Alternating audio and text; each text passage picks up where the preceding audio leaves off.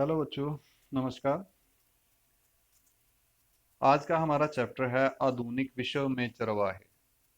यानी कि आज की दुनिया में चरवाहों का जीवन कैसा है।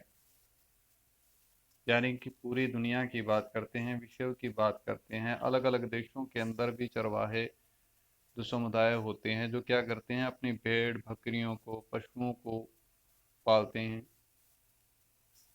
और जब उनके इलाके के अंदर खाने की वस्तुएं, पशुओं का चारा कम हो जाता है, तो वो क्या करते हैं, उस जगह को छोड़कर दूसरी जगह पर चले जाते हैं।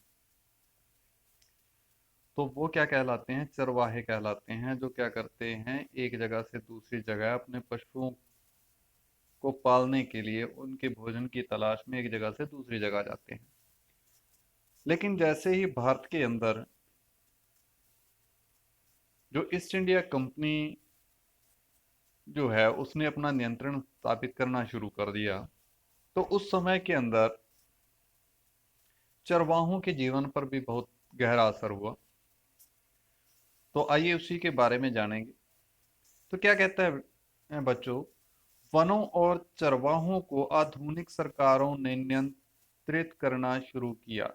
तो क्या कहता है कि जैसे ही जो आधुनिक सरकारें बनी, उन्होंने क्या किया कि वनों और चारागाहों को नियंत्रित करना शुरू कर दिया। कि चारागाह जो थे, वो चराने के लिए, पशुओं के लिए जो खाली जगह होती थी, उसको भी क्या करना शुरू कर दिया उन्होंने।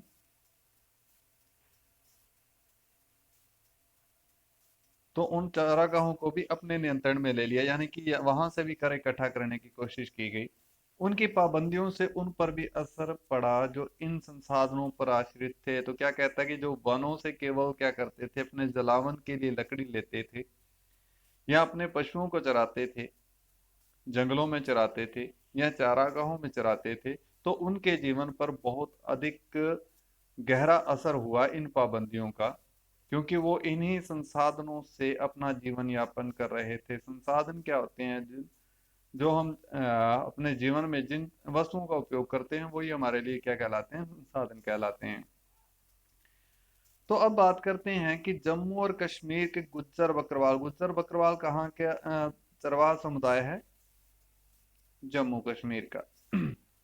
के लोग भेड़ बकरियों के बड़े बड़े रेवड़ रखते हैं। यानी कि बड़े बड़े झुंड रखते हैं, किनके, भेड़ और बकरियों के। जो कौन है, जम्मू कश्मीर के गुज्जर बकरवाल हैं। इस समुदाय के अधिकतर लोग अपने मवेशियों के लिए चारागाहों की तलाश में भटकते रहते हैं। जैसे मैंने पहले बताया कि जैसे ही एक जगह पर खाने की जो कमी हो जाती है, पशुओं के चारे की कमी हो जाती है, तो वो उस जगह को छोड़कर दूसरी जगह पर जाने लगते हैं। तो इसी प्रकार जम्मू कश्मीर के जो गुज्जर बकरवाल थे, वो भी अपनी भेड़ बकरियों को लेके एक जगह से दूसरी जगह चारागाह की तलाश में भटकते रहते हैं। 19वीं सदी में यहाँ 19वीं सदी में यहाँ आए थे। जैसे जैसे समय बीतता गया, वे वहीं के होकर रह गए और वहीं बस गए। तो अब क्या कहता है कि ऐसे ही क्या था कि जम्मू कश्मीर के जो गुज्जर बकरवाल थे, वो भी इसी प्रकार अपने मवेशियों को एक जगह से दूसरी जगह पर चारागाहों की तलाश में भटकते रहे, और 19वीं सदी में जहां आए वहीं पर बस गए। जैसे जैसे समय बीतता गया, वे वहीं के होकर रह गए, तो वहीं के बाशिंदे बन गए, वो वहीं पर बस गए थे। तो इसी प्रकार हिमाचल प्रदेश के चरवाहे समुदायों को गद्दी कहते हैं। तो गद्दी समुदाय कहाँ का है, हिमाचल प्रदेश का है। कहाँ का है भाई, हिमाचल प्रदेश का। ऐसे एक एक नंबर के क्वेश्चन भी आपके सामने आएंगे। गढ़वाल और कुमाऊं के इलाके में पहाड़ियों के निचले हिस्से के आसपास पाए जाने वाले शुष्क या सूखे जंगल का इलाका को भावर भाबर कहा जाता है। तो भाबर किसे कहते हैं, तो ऐसा इलाका जो पहाड़ी के निचला हिस्सा होता है, जो पहाड़ियों के निचला हिस्सा है, उसको उसको क्या कहा जाता है, भाबर। जो क्या है, शुष्क या सूखा है। तो क्या होता है कि जब ऊपर वाले हिस्से में अधिक बर्फबारी हो जाती है और वहां पर चारे की कमी हो जाती है, तो ये बकरवाल या चरवाहे जो हैं, ये क्या करते हैं, अपने पशुओं को नीचे वाले इलाकों में ले आते हैं। क्योंकि वहां पर उस समय के अंदर उनके लिए उन जंगलों में जो चारा है वो उपलब्ध हो जाता है। ऊंची पर्वतीय क्षेत्रों में स्थित विस्तृत चारागाहों को बुग्याल कहते हैं। तो क्या कहता है कि ऐसे चारागाह जो क्या हैं, ऊंचे ऊंचे पर्वतों में स्थित हैं, उनको क्या कहते हैं, बुग्याल कहते हैं। जैसे पूर्वी गढ़वाल के बुग्याल जहां भेड़ चराए जाते हैं। तो अब क्या कहता है कि वहां पर भेड़ों को चराया जाता है, जो पूर्वी गढ़वाल का इलाका है उसके अंदर। इसी प्रकार धनगर जो है समुदाय, धनगर महाराष्ट्र का एक चरवाहा समुदाय है। तो धनगर समुदाय कहाँ का है, महाराष्ट्र का है। तो धनगर समुदाय महाराष्ट्र को का जाना माना चरवाहा समुदाय है, जो आजीविका के लिए कंबल और चादरें भी बनाता है। तो इनकी खासियत क्या है कि अपनी जीविका यानी कि अपना जीवन यापन करने के लिए पैसा कहाँ से कमा रहे हैं वो, कि कंबल बनाते हैं और साथ में चादरें भी बनाया करते हैं और इसी से अपना गुजारा करते हैं। कुछ भैंस भी पालते थे और अक्टूबर के आसपास ये बाजरे की कटाई भी करते थे। तो अब क्या कहता है कि धनगर समुदाय जो है वो महाराष्ट्र का रहने वाला है। तो ये क्या करता है, अपने जीवन यापन के लिए कंबल चादरें भी बनाता है और साथ में पशु भी पालता है, भैंसे पालता है। लेकिन अक्टूबर के अंदर ये समुदाय क्या करता है, अपनी बाजरे की कटाई भी करता है। तो इसको भी ध्यान में रखना है कि ये बाजरा भी उगाते हैं। अब बात करते हैं रबी की। तो रबी क्या है, एक ऐसी फसल है जो जैसे आपको पता है रबी के अंदर दो शब्द बने और गेहूं के अंदर या चने के अंदर भी दो ही शब्द बनते हैं। तो इसको रबी से लगा सकते हैं कि गेहूं और चने के साथ जितनी फसलें उगाई जाती हैं उनको रबी की फसलें कहा जाता है। तो जाड़ों की फसलें जिनकी कटाई मार्च के बाद शुरू होती है, तो मार्च के समय के अंदर जिनकी कटाई शुरू होती है उसको क्या कहते हैं, रबी की फसलें बोला जाता है। इसके बाद बात करते हैं खरीफ की फसल। खरीफ की फसल जून जुलाई के समय के अंदर उगाई जाती है और सितंबर अक्टूबर में इसको काट लिया जाता है। इसके अंदर तीन शब्द जैसे बने खरीफ, और चावल को भी देखेंगे तो तीन शब्द बनेंगे। इसी से आप अंदाजा लगा सकते हैं कि चावल की कृषि के साथ यानी कि उस मौसम में जितनी प्रकार के फसलें उगाई जाती हैं उसको खरीफ की फसल बोला जाता है। ठूंठ पौधों की कटाई के बाद जमीन में रह जाने वाले उनकी वाली उनकी जड़ को ठूंठ कहते हैं। तो ठूंठ क्या होता है कि जब पौधे को ऊपर से काट लिया जाता है और जो नीचे वाला उसका हिस्सा बचता है उसको क्या बोलते हैं, ठूंठ बोला जाता है। कर्नाटक और आंध्र प्रदेश में पाए जाने वाले चरवाहे समुदाय हैं।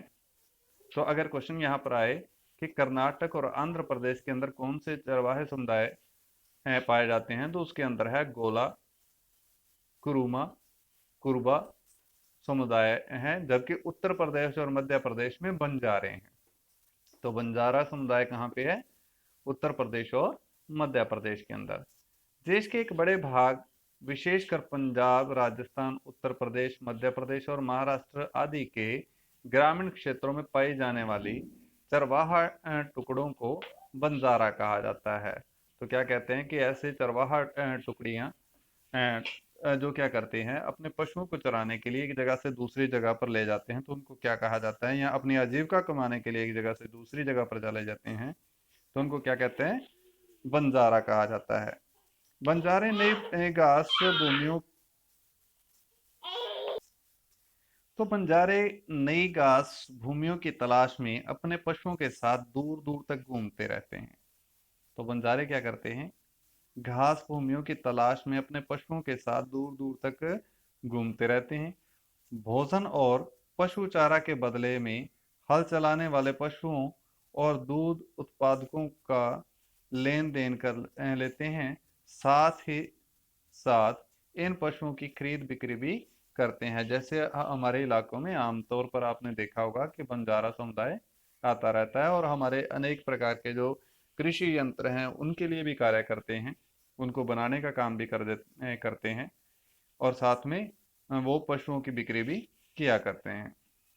राजस्थान के रेगिस्तान में राइका, यहाँ पर क्वेश्चन देखने वाला है कि राइका समुदाय कहाँ का रहने वाला है। तो राइका समुदाय कहाँ का रहने वाला है? राजस्थान का। इस इलाके में बारिश का कोई भरोसा नहीं था, अ, या होती ही बहुत कम है, इसलिए खेती की उपज हर साल घटती बढ़ती रहती थी। बहुत सारे इलाकों में तो दूर दूर तक कोई फसल होती ही नहीं थी। इसके चलते रायका खेती के साथ साथ चरवाही का काम भी करते थे। तो अब राजस्थान के जो रेगिस्तान के अंदर रहने वाला समुदाय है उसको क्या कहते हैं? रायका समुदाय कहा जाता है।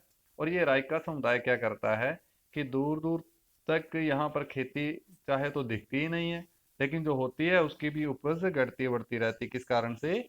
कि वर्षा काफी कम होती है। तो इसलिए ये क्या करते हैं कि कृषि के साथ साथ चरवाही का कार्य भी करते हैं, यानी कि पशुओं को चराने का कार्य करते हैं। रायकाओं का एक तबका ऊंट पालता था, जबकि कुछ भेड़ बकरियां पालते थे। तो आपने देखा होगा कि रेगिस्तान यानी कि राजस्थान से बहुत सारे जो चरवाहा हैं अपने इलाकों में ऊंट लेके आते हैं, और कुछ के पास बकरियां भेड़ बकरियां भी होती हैं। तो औपनिवेशिक शासन के दौरान चरवाहों की जिंदगी में गहरे बदलाव आए। उनके चारागाह सिमट गए, इधर उधर आने जाने पर बंदिशें लगने लगी, और उनसे जो लगान वसूल किया जाता उसमें भी वृद्धि हुई। खेती में उनका हिस्सा घटने लगा, और उनके पेशे और हुनरों पर भी बहुत बुरा असर पड़ा। तो अब क्या था कि औपनिवेशिक काल, जैसे ही ईस्ट इंडिया कंपनी भारत के अंदर आई या दूसरे देशों के अंदर भी, जो दूसरे देशों ने उनके ऊपर अपना आधिपत्य स्थापित किया, तो उस समय के अंदर क्या हुआ कि इन ये जो चरवाहा समुदाय थे इनके ऊपर गहरा असर हुआ। कैसा असर हुआ कि जो औपनिवेशिक काल के समय में इनके ऊपर इनको पास दिए जाते थे, तभी ये एक जगह से दूसरी जगह पर अपने पशुओं को चराने के लिए ले जा सकते थे। और फिर क्या कहते हैं कि जो भूमि जहां पर ये कृषि करते थे उसके ऊपर भी टैक्स जो है वो लगने लगे थे। परंपरागत अधिकार, परंपरा और रीति रिवाज के आधार पर मिलने वाले अधिकार को परंपरागत अधिकार कहते हैं। तो यहाँ पर क्वेश्चन बनता है कि परंपरागत अधिकार क्या है? तो क्या है कि परंपरा और रीति रिवाज, जिन रीति रिवाजों का हम पालन करते हैं, जो हमारी परंपरा है उसके अनुसार जो हमें अधिकार दिए जाते हैं उनको क्या कहते हैं? परंपरा अधिकार कहा जाता है। वन अधिनियमों ने चरवाहों की जिंदगी बदल डाली। अब उन्हें उन जंगलों में जाने से रोक दिया गया जहां उनके मवेशियों के लिए बहुमूल्य चारे का स्रोत थे। तो अब क्या हुआ कि वन अधिनियमों के चलते, यानी कि जब वन अधिनियम 1972 के आसपास जब उसे लागू किया गया, तो उस समय के अंदर क्या हुआ कि जंगलों को तीन भागों में बांटा गया है। आज भी इनको तीन भागों में बांटा जाता है। तो एक तो वो है कि जिनके अंदर पूर्ण रूप से प्रतिबंध लगाया जाता है कि उसमें कोई भी चरवाहा समुदाय एंट्री नहीं कर सकता है। दूसरी प्रकार का वो है कि जिसके अंदर थोड़े छूट दी जाती है कि उसमें उन जंगलों की देखभाल भी वहाँ का समुदाय ही करता है, और उससे अपने जरूरत का जो सामान है वो ले सकते हैं। और तीसरे प्रकार के जंगल जो हमारे आसपास के इलाकों में जो पेड़ पौधे लगे होते हैं उसके ऊपर हमारा निजी अधिकार रहता है। वन अधिनियमों ने चरवाहों की जिंदगी बदल डाली। अब उन्हें उन जंगलों में जाने से रोक दिया गया जहां उनके मवेशियों के लिए बहुमूल्य चारे का स्रोत थे। जिन क्षेत्रों में उन्हें प्रवेश की छूट दी गई वहां भी उन पर कड़ी नजर रखी जाती थी। जंगलों में दाखिल होने के लिए उन्हें परमिट लेना पड़ता था, जैसे मैंने पहले बोला कि उनको पास दिया जाता था। जंगल में उनके प्रवेश और वापसी की तारीख पहले से तय होती थी।